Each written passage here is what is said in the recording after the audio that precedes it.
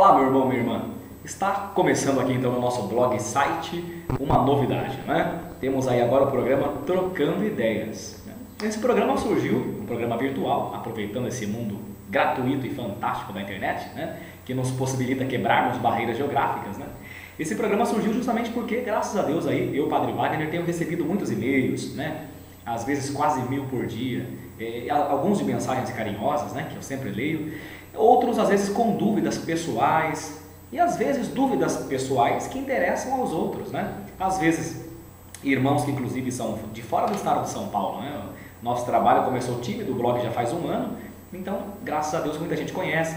Às vezes até mesmo lá da Amazônia tem perguntas, né? Enfim, de Goiás, de fora também do país, na Europa, enfim. E por causa disso, nem sempre é possível, às vezes, quando a questão que você deixa aqui no blog ela é muito polêmica, eu tenho que redigir um texto, né?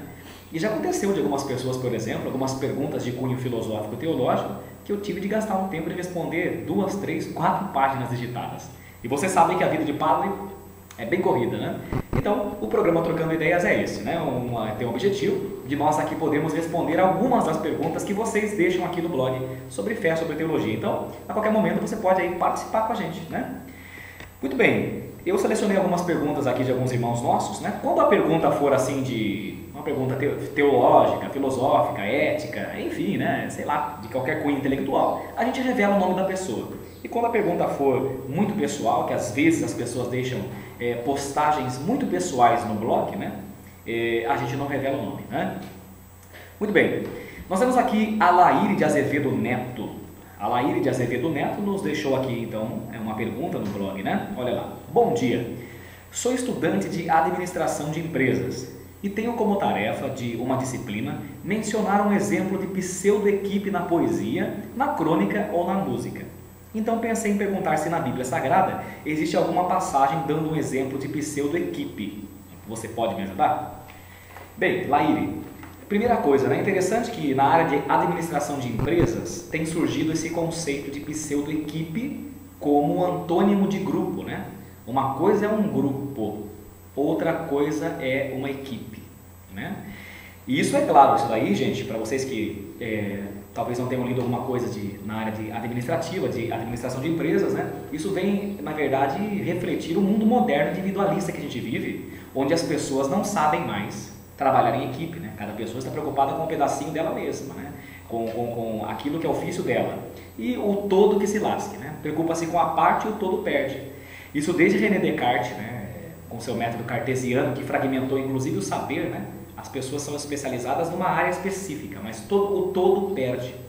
E a pseudo-equipe, como o próprio nome diz, são pessoas trabalhando, mas cada um com um objetivo particular. Então, há uma diferença entre equipe e há uma diferença entre grupo, né? E a Laíre pede aí, então, aliás, os professores dela devem ter pedido, um exemplo de pseudo-equipe na poesia, na crônica ou na música, ela pensou na Bíblia. Olha, de cabeça, que eu me lembro de exemplo de pseudo-equipe na Bíblia, é a Torre de Babel. Cada um estava preocupado consigo mesmo, e cada um depois, Deus veio, desce, confunde as línguas, né? E cada um fala, a sua língua tem o seu sonho, o seu objetivo, e a torre cai, e a casa caiu, como diz o ditado, né? E o melhor exemplo de grupo e de equipe que nós vemos na Bíblia, na minha opinião particular, embora seja redundante falar isso, né? É em Atos dos Apóstolos, né? A multidão dos fiéis era um só coração e uma só alma. Atos dos Apóstolos, capítulo 2. Então, não sei aí se te ajudo, mas e os irmãos de casa, é bom que a gente amplie um pouco o nosso vocabulário, né? Pseudo-equipe aí, então, algo tão estudado hoje na área de administração de empresas. Muito bem. A Carolina Querino, né, nos deixou aqui uma pergunta. Padre, tem uma amiga enfermeira que está querendo engravidar. Ela tem 39 anos e já fez vários tratamentos para este propósito, porém sem sucesso. Ela já foi para São Paulo e o médico disse que o caso dela somente pode dar certo, né, ir adiante com inseminação. Ela está confusa e ansiosa, pois não sabe o que fazer. Às vezes questiona se é um ato cristão e se depois não vai se arrepender. Padre, o senhor pode atender minha amiga, né? Sei que tem uma agenda complicada, mas ela queria conversar com o senhor nessa semana, pois tem que decidir logo se vai iniciar tratamento, devido à fase pós-ciclo menstrual, etc. Obrigado pela atenção, abraços. Enfermeira Carol da Unimed. Olha, Carol, primeira coisa muito importante, né? E antes de eu responder, eu quero lembrar o que aconteceu esses dias. Vocês todos viram aí no Fantástico, né? E no Jornal Nacional, aliás, em dia de semana, ocupar um bom tempo do jornal, uma matéria de uma mulher, se não me falha a memória, dos Estados Unidos, né? Que tentou a inseminação artificial, mas os embriões estavam congelados, né? De um outro casal, acho que acima ou abaixo na geladeira, lá no nitrogênio, mergulhado no nitrogênio. E o que aconteceu? Na verdade, o embrião foi trocado, né? E a mulher, no decurso da gravidez, descobriu que ela está gerando um filho de um outro casal, né? de uma outra mulher, de outro homem, que mora em outra região dos Estados Unidos, não sei quantos quilômetros, né? E que eles descobriram, anos estavam congelados lá, aqueles embriões, eles descobriram que de repente iam ser pais através da barriga de uma outra mãe. Gente, imagina o que essa criança, como é que a gente vai explicar na modernidade, na pós-modernidade, de quem que essa criança é filha? E vai ser fácil essa mãe que está gerando esse filho que não é dela devolver? Então são os erros da inseminação artificial. Quando a igreja, sabe que a igreja se pronuncia contra a inseminação artificial. Mas quando a igreja se pronuncia contra a inseminação artificial, muita gente fala assim, a igreja é quadrada, né? A igreja é careta. No catecismo da Igreja Católica, eu até anotei aqui para vocês, olha lá, diz assim: as técnicas que provocam uma dissociação do parentesco pela intervenção de uma pessoa estranha ao casal, doação de esperma ou de óvulo, empréstimo de útero, são gravemente desonestas. Estas técnicas, inseminação e fecundação artificiais heterólogas, lesam o direito da criança de nascer de um pai e uma mãe conhecidos dela e ligados entre si pelo casamento.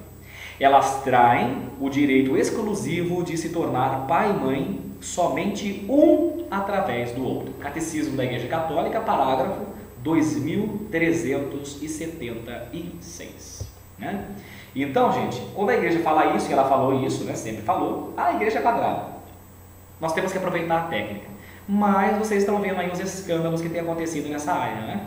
A vida banalizada, né? E não vai longe, né? Há um tempo atrás, acho que não sei se em 2007, né, em outubro de 2007, nós vemos aí uma avó que deu à luz a 2 filhos netos gêmeos. Então, por essas e outras que a igreja é contra. Então, às vezes aí um ou outro tratamento, se não houver tratamento, adote um filho. Aliás, há muitos filhos adotados que recebem mais carinho que filhos biológicos. E depois, pai e mãe não são aqueles que geram, hein? Tem pai e mãe que geram um filho e jogam do 8º andar, ou do 6º, ou na Lagoa da Pampulha, como vocês viram nos jornais recentemente, né? E pai e mãe são aqueles que criam, não é? Então, muito bem. Vamos ver aqui mais algumas perguntas. Nós temos aqui uma pergunta do Felipe Tardelli. Felipe Tardelli pergunta: gostaria de saber o seguinte: é possível uma pessoa cometer pecado mortal através de pensamentos? Olha só que pergunta que vem muito no sacramento da confissão, hein? Como devo saber se tal pensamento foi consentido ou não? Afinal, alguém escolhe os pensamentos, não é mesmo? Outra coisa. Recentemente fui a um retiro do exorcista Frei Elias Vela. Estou lendo o livro dele e, para ser sincero, algumas coisas são chocantes. Pergunto: uma pessoa que está em estado de graça pode ser vítima de feitiçaria e do diabo? Agradeço sua resposta desde já. Até mais, Felipe Tardelli. Muito bem. Pergunta inteligente, Felipe. Em primeiro lugar, meus irmãos, desde o velho Sigmund Freud, nós sabemos que nós somos como um iceberg, né? O nosso consciente e o nosso inconsciente. Sendo que a maioria das informações que nós temos, né, desde que nós éramos um mero feto na barriga de nossa mãe, né, todas as informações são armazenadas como num HD, num disco rígido. Absolutamente todas. E nenhuma das informações gravadas em nós, né, pode ser apagada. Agora, acontece que se nós tivéssemos todas essas informações, digamos assim,